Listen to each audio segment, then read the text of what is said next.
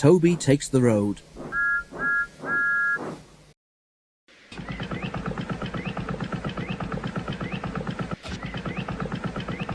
Huh?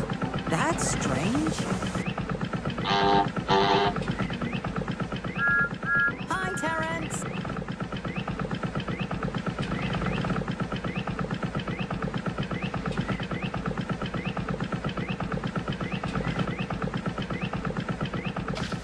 Hello, Thomas.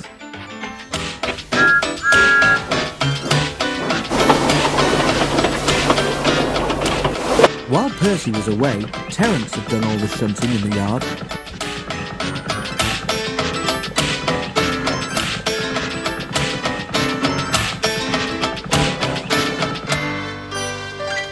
Adaptable, he boasted. That's what my owner says I am. Go anywhere, do anything, that's me. You take my advice and scrap your rails. Broaden your outlook, like me. Rubbish, retorted Thomas. Me plough a field? I prefer to stay on my rails, thank you, said Percy. Steam engines did plough once upon a time, Terence chuckled, and ran on roads. The engines remembered Trevor and had to admit that Terence was right.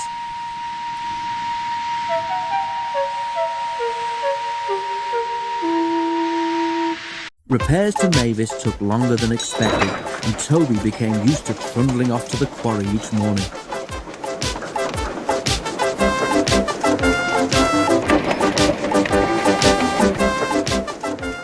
Because of Toby's small water tank, his driver and fireman had arranged with the quarry manager that they should bring loaded trucks down to Farquhar at lunchtime instead of later in the day.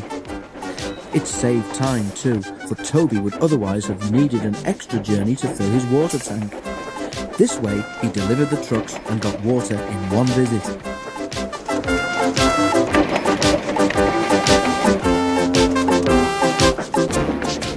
Time passed, and the weather became colder, with hard frosts during the night. They didn't worry Toby.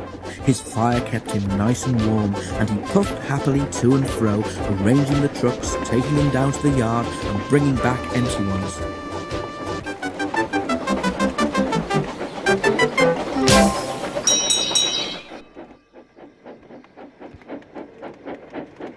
One night it was particularly cold. The ground froze solid, and even Toby felt chilly. Brrr! He shivered as he left the shed and set out, light engine, along the line towards the quarry.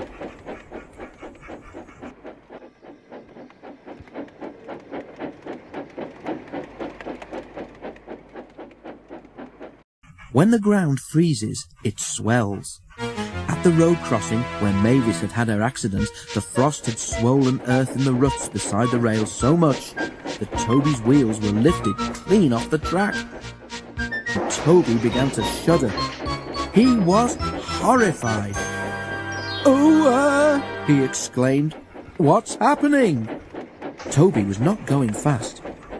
"Whoa there, Toby," said his driver at once, and put on the brakes as hard as he dared.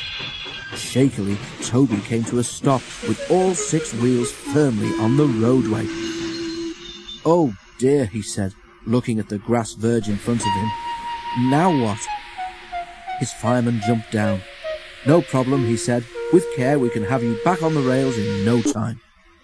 "I don't see how," said Toby, sadly. Directed by the fireman, the driver carefully reversed Toby along the ruts his wheels had just made.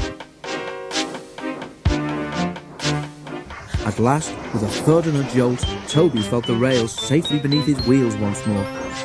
He heaved a sigh of relief. "Well done, Toby," said his fireman. "Now I'll spread a few hot ashes from your fire along there so that it doesn't happen again. Then we can get safely up to the quarry and no one will be any wiser."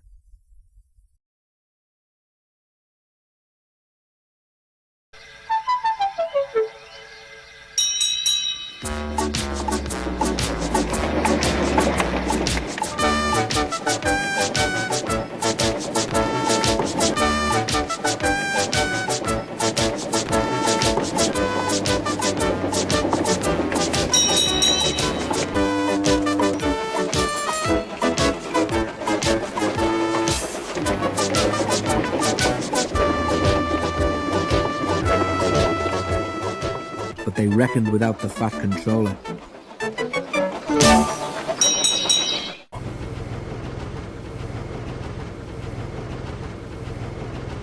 When Mavis was home after being mended, he came to see the engines. "What's this I hear, Toby?" he asked. "Trying to be a traction engine, were you?" Toby blushed, but the Fat Controller wasn't cross. Toby told him about Terence. The Fat Controller laughed. "If I were you," he said, "I should leave the roads to what they were made for. You stay on the rails, you'll find them much more comfortable." Toby the tram engine was quick to agree.